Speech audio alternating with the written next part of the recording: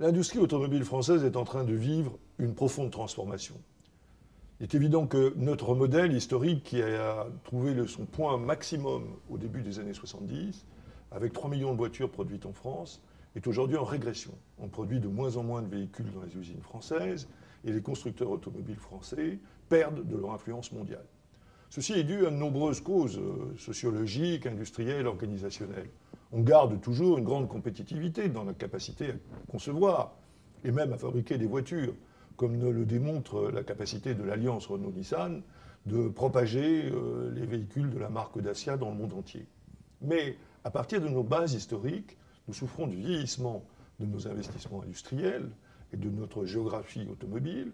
Nous souffrons également d'une inadaptation de notre gamme, qui est une gamme plutôt centrée sur l'entrée et le moyen de gamme, alors que la demande mondiale profitable, et notamment des pays émergents, porte sur le haut de gamme. Ce que les industriels allemands ont parfaitement bien compris depuis les années 70. Les compétences techniques en France sont intactes.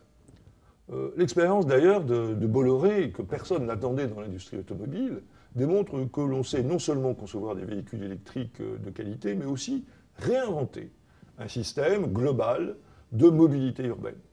Et c'est plutôt dans cette direction-là que je considère qu'il va falloir travailler.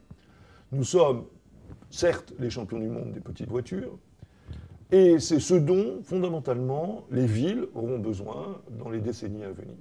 60% de la population mondiale va vivre dans les villes. Il n'est pas concevable de rouler en ville avec des véhicules conçus pour rouler à 200 km/h sur autoroute. Ça n'a pas de sens.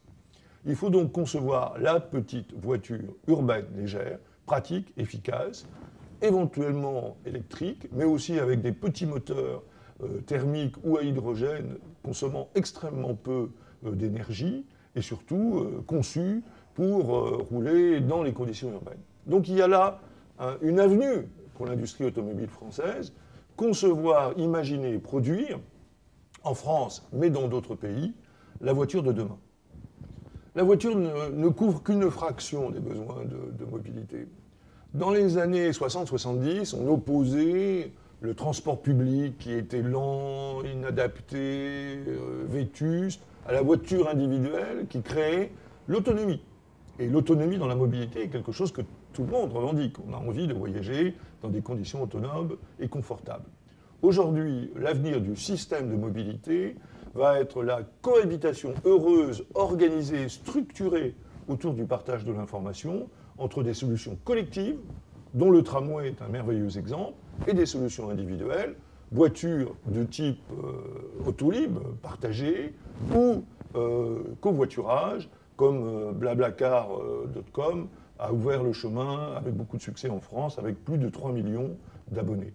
Donc on est en train d'imaginer des modèles de collaboration systémique entre des solutions différentes, chacune optimisant les conditions techniques d'utilisation de l'énergie, puisque pour se déplacer, il faudra toujours de l'énergie, mais en permettant d'avoir une continuité de l'acte de mobilité, en utilisant le moyen le mieux adapté, le plus efficace, le plus environnementalement correct et le moins coûteux pour la communauté. La voiture de demain sera plus petite, elle sera plus maniable, plus pratique, et de véhicules de l'ordre de 3,50 m à 4 mètres de long. Elle permettra de loger des bagages, des objets de façon très commode, ce qui n'est pas toujours le cas de nos voitures classiques 3 corps. Elle sera largement automatisée, c'est-à-dire insérée dans un flux d'informations, lui permettant de communiquer, de dialoguer avec l'infrastructure urbaine et avec les autres véhicules. Et elle sera le plus largement possible en usage collectif. C'est la mobilité qui fait partie du progrès. La mobilité est un des piliers de la civilisation. On a tous envie de bouger pour aller dans des endroits différents de ceux où on habite, où on travaille. On a envie de rencontrer des gens.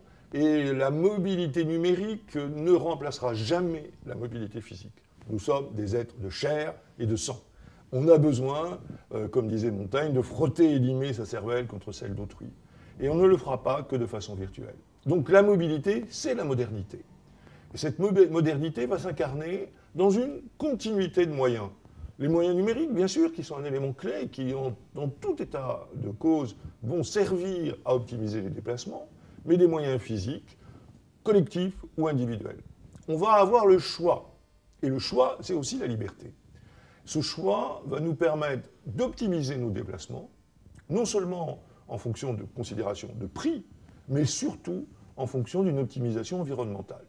On aura besoin dans le futur de consommer beaucoup moins d'énergie, d'avoir une frugalité environnementale, et le système de déplacement de demain va s'insérer dans cette logique-là. Moins d'énergie, moins de poids, moins d'espace utilisé au sol, plus d'efficacité énergétique et une qualité de vie bien supérieure au final.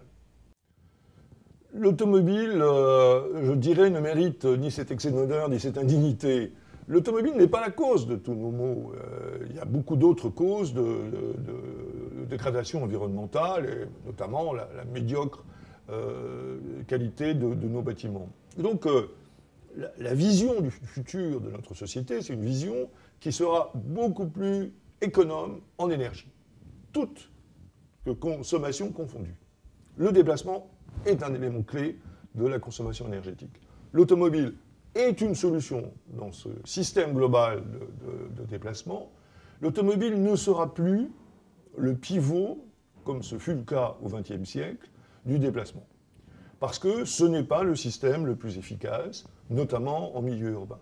Mais l'automobile garde toute sa place et devra se réimaginer pour trouver des solutions plus efficaces, plus efficientes sur le plan énergétique et aussi plus agréables. On a besoin de réhabiliter les villes. Aujourd'hui, la démarche est de réduire la place de l'automobile dans les villes, mais on peut aussi imaginer des véhicules automobiles automatisés de surface qui permettront, dans certains quartiers, dans certaines zones, de faire des déplacements automatiques. Bien évidemment, ce seront des véhicules électriques.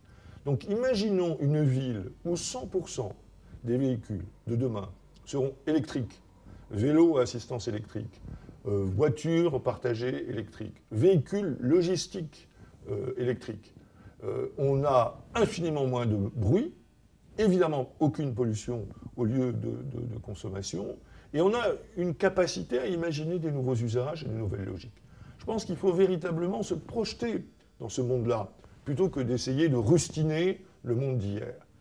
Il ne faut pas électrifier les voitures d'hier, il faut inventer les véhicules de demain, entièrement conçus avec ces nouvelles contraintes environnementales, et évidemment pas du tout conçus pour rouler à 160 à l'heure sur des autoroutes, ce qui est complètement anachronique aujourd'hui. D'abord, c'est interdit, ensuite, ça ne sert à rien, parce que ce n'est pas le bon moyen d'aller sur des longues distances, et puis on fabrique des voitures beaucoup trop lourdes, beaucoup trop chères, et complètement inadaptées à la réalité de leur usage. On sait aujourd'hui que les Français font au maximum une quarantaine de kilomètres par jour, et dans des embouteillages, et dans des conditions de transport urbain ou périurbain. Donc vous voyez qu'il y a là une inadéquation de l'objet à l'usage, et c'est là où le champ de l'innovation est ouvert. Il faut réinventer des produits et des services qui répondent aux véritables besoins des utilisateurs et de la communauté. Radicalement différent, c'est sûr. Peut-être pas d'ailleurs avec 4 roues tel qu'on l'imagine. Il doit être repensé en fonction de l'usage. Vous savez, il y a une très belle analogie, c'est le téléphone. Pendant longtemps, on a considéré que le téléphone, ça ne servait qu'à téléphoner. Aujourd'hui, avec un téléphone intelligent, on fait 1000 autres choses que téléphoner. Donc on peut imaginer qu'en repensant les usages de l'automobile, on réapprendra à faire des choses nouvelles, différentes, et à les faire de façon non plus individuelle. Parce que automobile, ça veut dire individuel. Mais utiliser l'automobile, c'est-à-dire le véhicule autonome, en le mettant en situation de partage pour faire en sorte que ce support, qui est très intéressant et agréable, soit utilisé au mieux de ses capacités, et notamment partagé. 97% du temps d'une voiture automobile est consacré à dormir au garage. Donc les 3% qui restent doivent être optimisés, mais c'est surtout les 97% auxquels il faut songer, c'est-à-dire le partage. Et on voit d'ailleurs émerger des nouvelles formes de consommation collaborative. On a cité l'autopartage, le covoiturage, mais aussi la location de voitures privées, de personne à personne. Donc on sent bien que le mythe de l'automobile individuelle, personnelle, touche pas à ma bagnole, est en train de se dissoudre parce qu'il ne répond plus aux réalités sociologiques, économiques et comportementales de notre époque.